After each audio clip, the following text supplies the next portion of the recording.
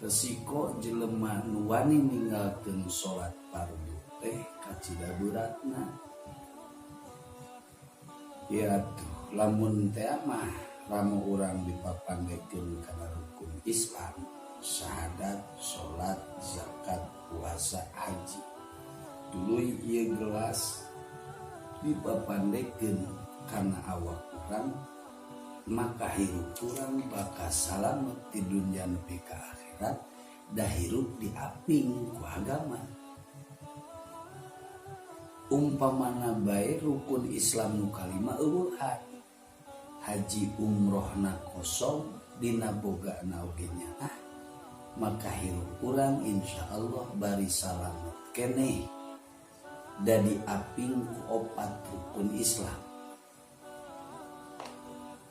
Puasana eueuhan, boro-boro anu sunat, anu wajib ge jam 8 teh geus diusarina.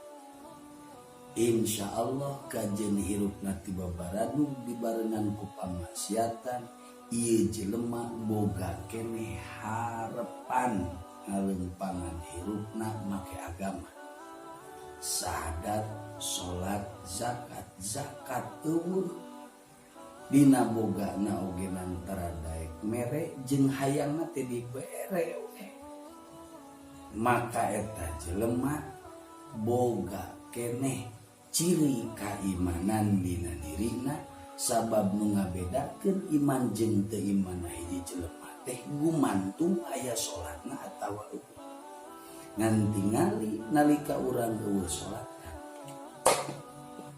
ragrag dihinakeun ku Allah di dunia nepikeun ka akhirat, coplok iman hina darajat eta jelema eueuh pupurieunana yakin baris jadi ahli